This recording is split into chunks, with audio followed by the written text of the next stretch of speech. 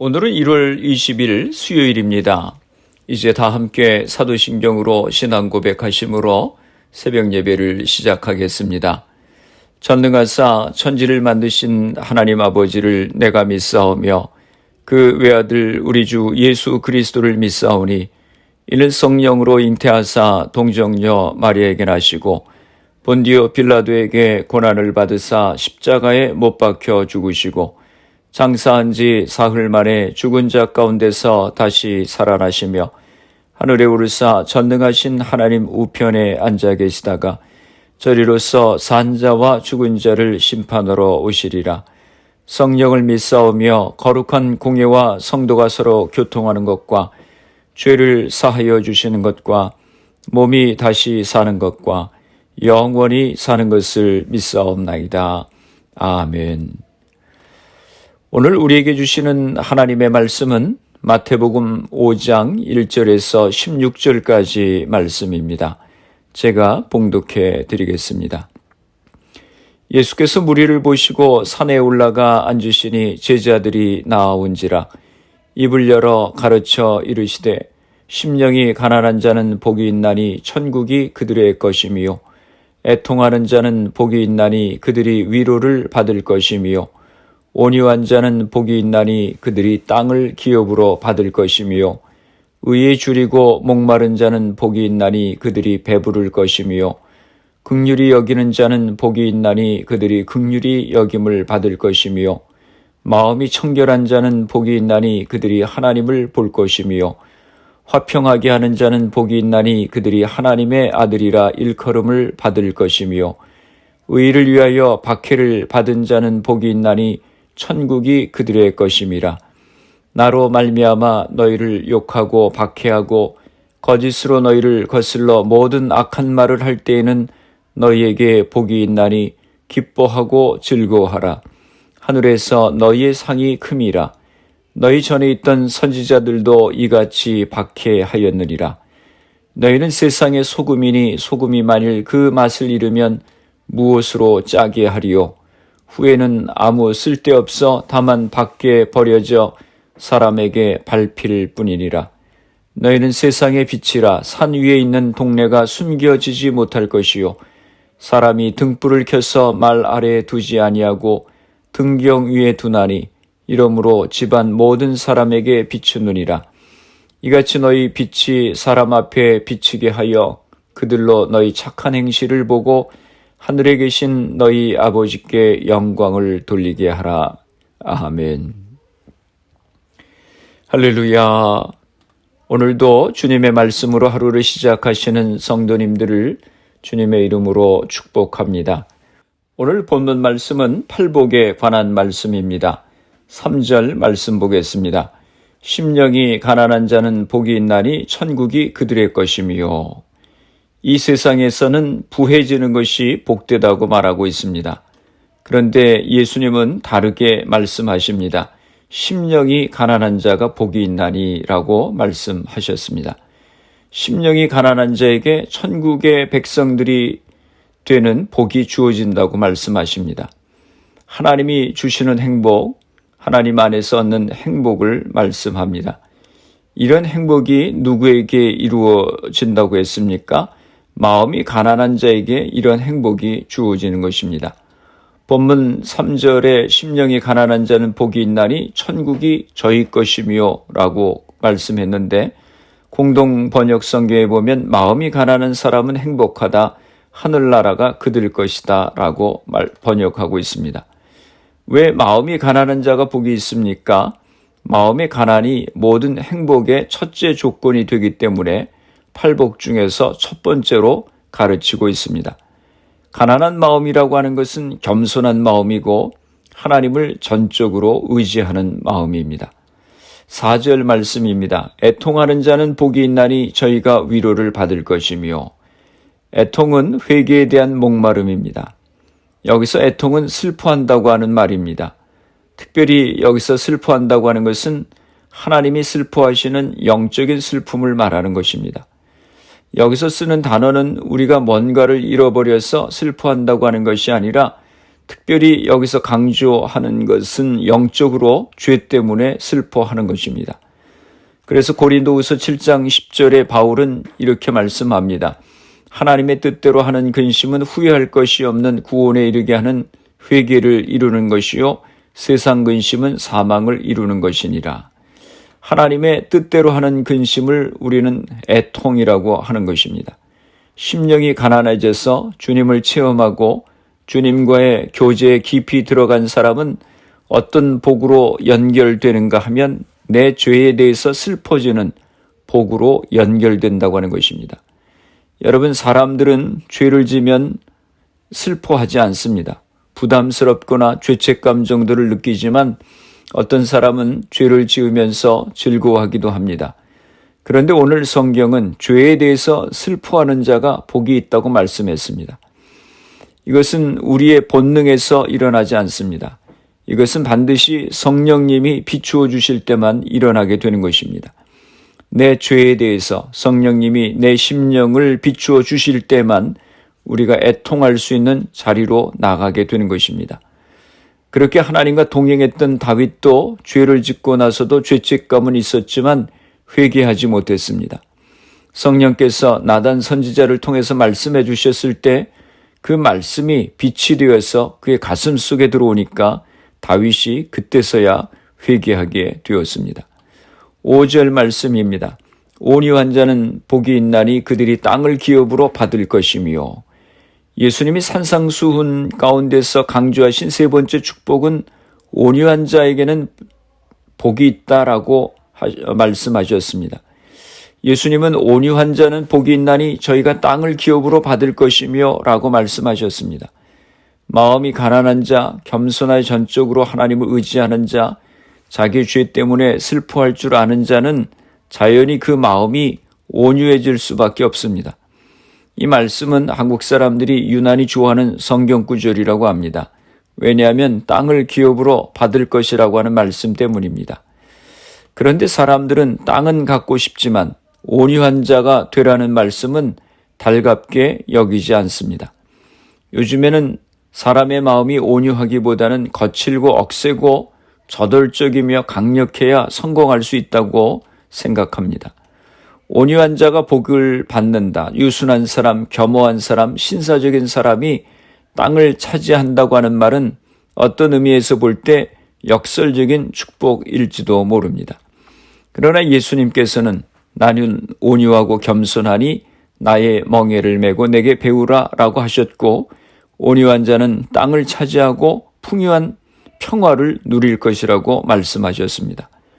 온유한 마음이라고 하는 것은 자신의 마음을 다스릴 줄 아는 마음이요, 남을 배려하고 존중하는 마음입니다. 하나님을 전적으로 신뢰하고 존중하는 마음입니다. 6절입니다.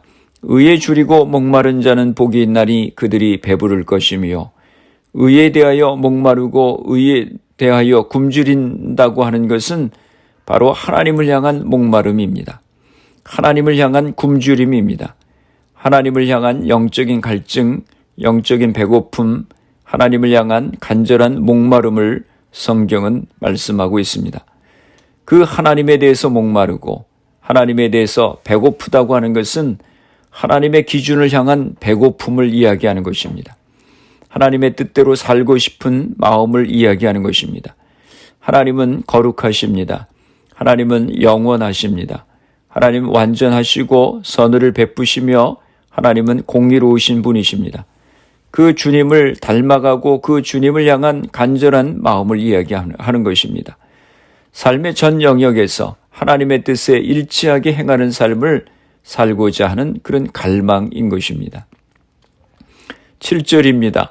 긍휼히 여기는 자는 복이 있나니 그들이 긍휼히 여김을 받을 것이며, 긍휼이라고 하는 단어의 헬라어의 의미는 불쌍한 사람에게 도움을 주는 것, 비통함을 덜어주는 것, 남을 불쌍히 여겨서 돕는 것이라고 하는 의미입니다.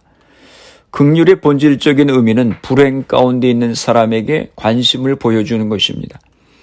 우리는 은혜와 긍휼은 비슷한 것 같지만 서로 다른 의미가 있습니다. 은혜는 받을 자격이 없는 사람에게 베푸는 것이 은혜입니다. 긍휼은 불행 가운데 있는 사람에게 동정을 베푸는 것, 측은히 여기는 마음입니다. 긍휼의 동의어는 동정입니다. 행동화된 은총이 바로 긍휼입니다. 긍휼은 무력한 자, 구원을 요청하는 자에게 도움을 베푸는 사랑입니다. 긍휼은 불행 속에 있는 불행한 자에게 베푸는 것입니다. 그런데 긍휼이라고 하는 말은 단순히 감정적으로 동정하는 것을 의미하지 않습니다. 긍휼은 무엇인가 어려움을 경감해 주도록 행해졌을 때 긍휼이 있다고 하는 것입니다. 즉 긍휼은 행동이 동반된 것입니다. 8절 말씀입니다. 마음이 청결한 자는 복이 있나니 그들이 하나님을 볼 것이며, 마음이 청결하다고 하는 것은 말 그대로 내면 마음의 청결을 강조하는 것입니다. 또 마음이 청결하다고 하는 말씀의 의미는 그 마음이 나누어짐이 없는 진실한 마음인 것입니다. 어떤 사람이 하나님을 볼 수 있습니까? 우리의 마음을 깨끗이 하고 불순한 생각, 탐욕, 정욕, 시기와 미움의 마음을 제거해버리고 깨끗한 양심을 가지게 될 때 하나님의 존재를 체험하며 하나님으로 더불어 승리하는 삶을 살 수 있게 되는 것입니다. 9절 말씀입니다. 화평케 하는 자는 복이 있나니 그들이 하나님의 아들이라 일컬음을 받을 것이며, 화평이란 하나님과 사람 사이의 화평, 이웃과의 평화, 자기 자신과의 화평을 의미하는 것입니다. 이렇게 평화를 이루는 사람이 복이 있다고 했습니다. 한 가지 주목해야 될 것은 화평케 하는 자라고 하는 말입니다. 화평케 하는 자를 공동번역 성경에 보면 평화를 위해서 일하는 사람으로, 영어 성경에는 피스메이커로 그렇게 번역되어 있습니다. 평화는 기다리는 자에게 주어지는 것이 아니고 능동적으로 평화를 위해서 일하는 자에 의해서 성취된다고 하는 뜻에서 예수님께서는 화평케 하는 자, 평화를 위해서 일하는 자가 복이 있다라고 하셨습니다. 어떤 사람이 평화를 위해서 일하는 사람입니까? 예수 그리스도의 복음을 전하는 자입니다. 그리고 겸손히 섬기고 감사하는 자가 평화를 위해서 일하는 자입니다. 10절에서 12절입니다. 의를 위하여 박해를 받은 자는 복이 있나니 천국이 그들의 것임이라. 나로 말미암아 너희를 욕하고 박해하고 거짓으로 너희를 거슬러 모든 악한 말을 할 때에는 너희에게 복이 있나니 기뻐하고 즐거워하라. 하늘에서 너희의 상이 큼이라. 너희 전에 있던 선지자들도 이같이 박해하였느니라. 의를 위하여 핍박을 받는다고 하는 말은 예수님 때문에 핍박받는다고 하는 것을 의미하는 것입니다. 예수님 때문에 핍박을 받은 자는 복이 있다고 하는 말씀입니다. 마태복음 16장 24절 말씀에 보면 아무든지 나를 따라오려거든 자기를 부인하고 자기 십자가를 지고 나를 쫓을 것이니라 라고 말씀하셨습니다. 예수님을 믿는 생활은 온실 가운데 있는 식물과 같이 평안하게 생활을 하는 것이 아니라 십자가를 지고 따라가는 생활인 것입니다. 나를 부인하는 생활인 것입니다. 그러므로 루터는 고통은 크리스천의 마크라고 했고, 보네포 목사님은 고난은 참된 제자의 배지라고 했습니다. 우리 기독교인들이 예수님을 바로 믿고 살려면 고통을 당하게 되는 것입니다. 우리의 믿음이 언제 증명이 됩니까? 믿음 때문에 어려움이 닥칠 때, 믿음 때문에 내가 손해보게 될 때, 그때 내가 증명하게 된다고 하는 것입니다. 말씀을 정리합니다. 예수님이 가르치신 하나님 나라의 복은 구원받은 성도들이 믿음 안에서 누리는 복입니다.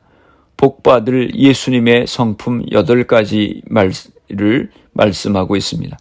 이 말씀을 늘 묵상하면서 예수님의 성품을 닮아가며 주님의 복을 누리는 성도님들이 되시기를 주님의 이름으로 축원합니다.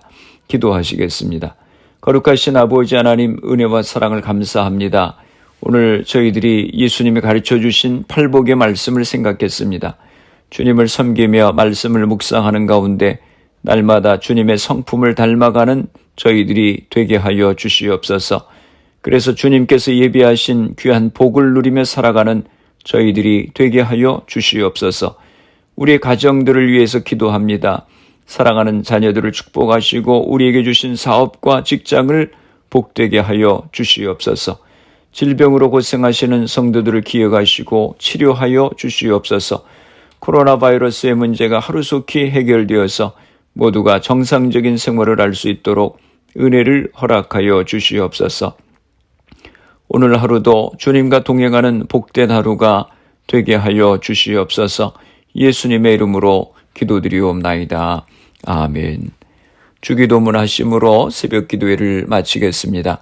하늘에 계신 우리 아버지여, 이름이 거룩히 여김을 받으시오며 나라가 임하시오며 뜻이 하늘에서 이루어진 것 같이 땅에서도 이루어지이다.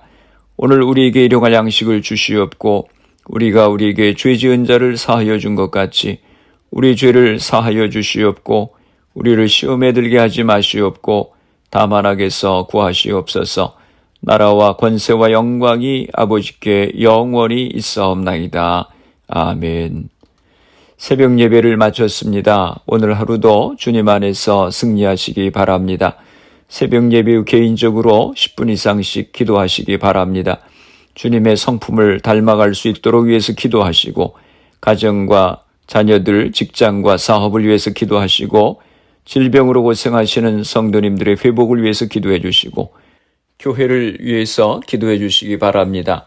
또 미국과 대한민국 조국을 위해서 기도해 주시고 그리고 코로나 바이러스를 위해서 애쓰는 의료진들, 봉사자들, 위정자들 위해서 기도해 주시고 코로나 백신 접종이 순조롭게 잘 진행되어서 코로나가 속히 퇴치될 수 있도록 기도해 주시기 바랍니다.